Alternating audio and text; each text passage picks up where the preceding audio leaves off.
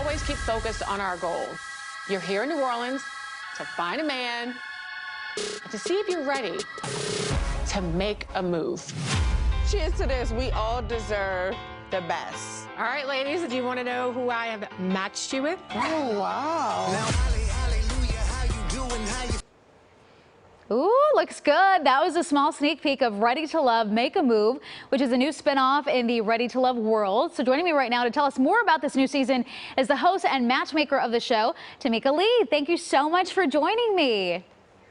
Thank you so much for having me. How are you? I'm so excited. How are you? That's what we say down here. Yeah, seriously. Also, Shea Turk says hi. I tried to get her to stick around to do this interview with me, but she's like, I got to get to my dog. Sorry. I'll talk to her later. So she says hi, and congratulations on all of your success, of course.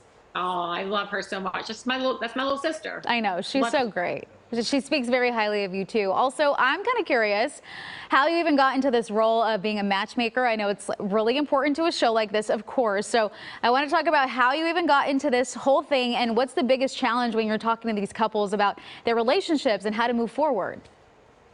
Yeah, so that's how I know Shea Turk. I come from the world of news. I was a morning anchor for 10 years here in New Orleans on the competing station with Shea Turk.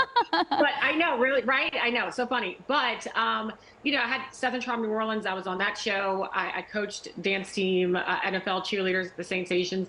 And I've always been a matchmaker. I've always matched up all my girls, all my friends, all my co-anchors, all, you know. So it was always in me, right? Many hats. And I've been very successful with that. So that's kind of how I dropped into this role here. It was so interesting to do this. This was pretty much like the best job I've ever had in my life. It's just to watch love happen in my own city and find love for these, you know, all-stars, these fan favorites. These women have been on their seasons from DC to Houston, Atlanta, Miami. They moved to New Orleans, and I helped them find love. You can imagine what that was like and know what it's like for them four to live together here for all of those weeks, right? Yeah. Oh my gosh. Okay. So I secretly would love to connect someone with, I mean, I try to play Cupid all the time. I am god awful at it. So what is your strategy at matchmaking? Because I feel like it's actually really hard. And the fact that you have success, my mind is blown. Yeah. Well, here's the deal. I know when I see it. I mean, call it the voodoo hoodoo of New Orleans, and, you know, down here, the gree is what we call it. But I know when I see it, right? And I always say you have to be ready for love. If you're open and vulnerable and you're ready to find your partner, that's the easy part, but it's matchmaking. And I just know a lot of people, and I know when I see it. So it might just be getting some people in the room together. That's why I always say online dating is like, just not the way to go. It needs to be organic, because that's how you really find like that organic, real relationship love, you know? That makes sense. Okay, let's talk about your favorite moment of the season. And also, I feel like everyone has just really good energy, really good vibes from all the clips I've seen. Oh, yeah. I love those clips that are like, look, the sisterhood was fun. Now, the four ladies, you know, it was tough. It was summer heat New Orleans, and, you know, it went down in the house sometimes. And thank God I was not there. But the tough part was trying to get, you know, every week I challenge them with a new man. So you have a keeper that they've kept, and then every week I bring in a new guy. And so they go on all these dates, and they have to keep one at the end of that week. So it's a lot of dating, and every man is fair game. So they can date each other's men if they want to. It got real, let me tell you, it is sticky.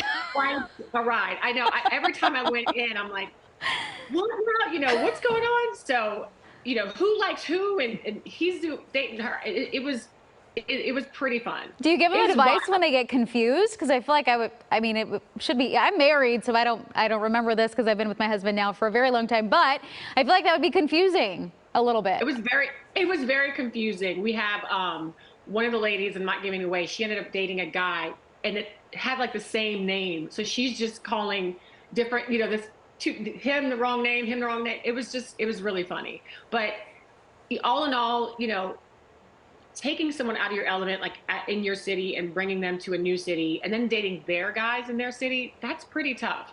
So there's a lot of tears. It was a lot of breaking down their walls, what they expected that they would want in a man. Because I was like, that's not what you want. I can see this for you and not that. So it was a lot of sisterhood with, you know, being a big sister with these girls too. So I was like a matchmaker, a sister, you know, a host, A therapist. friend. You know, I had to take these guys in sometimes and really talk to them. So I was doing everything. Yeah. All around. Oh, well, congratulations to you. I'm excited to see it. I think it's great. You have great energy. Shea speaks so highly of you. I feel like people can trust you when it comes to what you think they need in life. So I'm looking forward to seeing the connections that were actually made. Appreciate your time. Thank you so much. Thank you for having me. It was so nice talking to you. We're going to put all this information up on our website, so be sure to watch Ready to Love, Make a Move. It premieres tomorrow, October 13th on OWN. So exciting. Okay.